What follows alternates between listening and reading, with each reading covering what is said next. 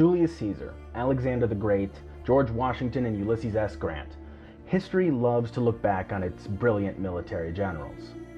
But today, I'm saluting the other guys. The ones that managed to turn their military blunders into an art form. Meet General Gideon Pillow, the human equivalent of a sad face emoji. During the Civil War, he was charged with the Confederate defense of Fort Donelson. He actually managed to break the siege at one point and then inexplicably ordered his men right back inside. When it inevitably became time for the fort to surrender, he disappeared, leaving his men to face the enemy alone. Now, some leaders inspire their men. General Pillow inspired future military academies to start a what not to do lecture.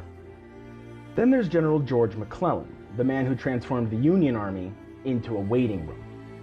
While Lincoln begged him to attack, McClellan became history's first documented case of analysis paralysis, constantly making excuses or overestimating the enemy numbers by 300%. Lincoln was once even quoted saying, "If General McClellan does not want to use the army, I would like to borrow it for a time." This Austro-Hungarian general had two modes: charge at the enemy, and why are we losing? He sent 1 million men to their deaths in multiple failed offensives, proving that you can fail upwards so long as you're close personal friends with the emperor. Up next is General Santa Anna. Mexico's favorite narcissist lost Texas because he refused to post a guard during a siesta. Sam Houston literally caught him napping, and the rest is history. Loyalty to himself and himself alone is somewhat of a theme throughout Santa Anna's life.